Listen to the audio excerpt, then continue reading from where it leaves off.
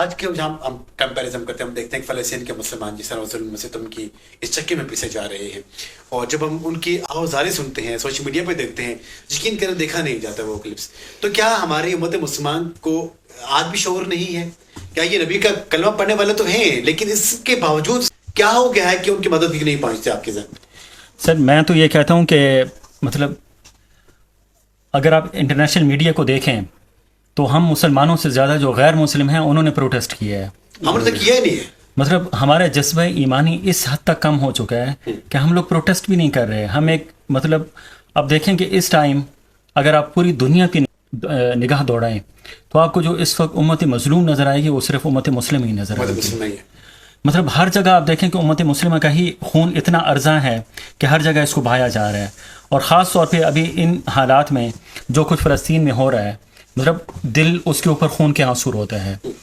لیکن اس کے اوپر ایک دوسرے پہلو سے اگر میں دیکھوں تو وہ یہ ہے کہ حضور صلی اللہ علیہ وسلم کی ایک حدیث قدسی ہے. تو آپ نے فرمایا کہ قلوب الملوک بیدی. ہم کہتے ہیں نا کہ حکمران جو ہیں وہ، لیکن حضور صلی اللہ علیہ وسلم کی یہ حدیث بڑی زبردست ہے کہ حکمرانوں کے جو دل ہیں وہ میری مٹھی میں ہے.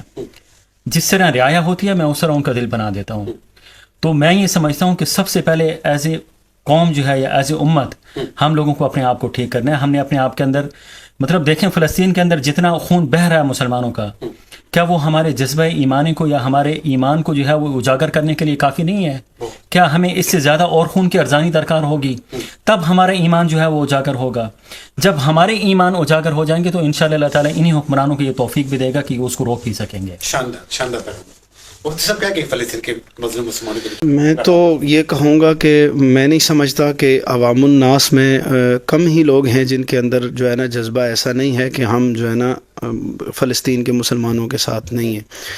لیکن عالمی طاغوتی طاقتیں اتنی جو ہے نا وہ برسر پیکار ہیں کہ وہ اپنے ملک میں رہ کر بھی وہاں پر رہ کر پورے اسلامی ممالک میں حکمران ان کے مسلط کیے جاتے ہیں.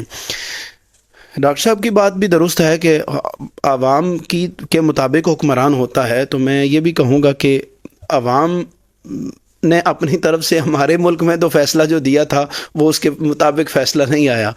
ٹھیک ہے، پتہ نہیں کیا ہوا تھا اور جو ہے نا نکلا کیا. اللہ کرے ہمارے جو ہے نا جو جذبہ ایمان ہے، ہمیں یقین ہے کہ اقبال نے کہا تھا نا کہ ذرا نم ہو تو یہ مٹی بڑی زرخیز ہے ساکی.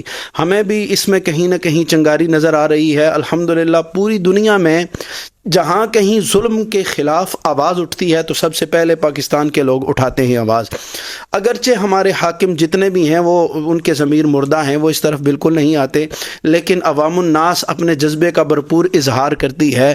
ہمیں امید ہے اللہ کرے گا کہ کوئی ایسا شخص اس امت میں آئے گا جو حضرت سیدنا فاروق اعظم حضرت مولا کائنات کا جانشین بن کے نکلے گا اور اس امت کی جو ہے نا زخموں پر مرہم لگانے کے لیے کوئی آئے گا. جی آپ کچھ کہنا چاہتے ہیں؟ میں صرف 2 جملوں میں اپنا پیغام پہنچاؤں گا. وہ 313 تھے تو لرزتا تھا زمانہ. وہ 313 تھے تو لرزتا تھا زمانہ. آج ہم کروڑوں میں ہیں تو کرتے ہیں غلامی. خدارا اس غلامی سے نکل جائیں اور اپنی جو اصل سبق ہے اس کو یاد کر لیں جو اللہ رب العالمین تمہیں دیا.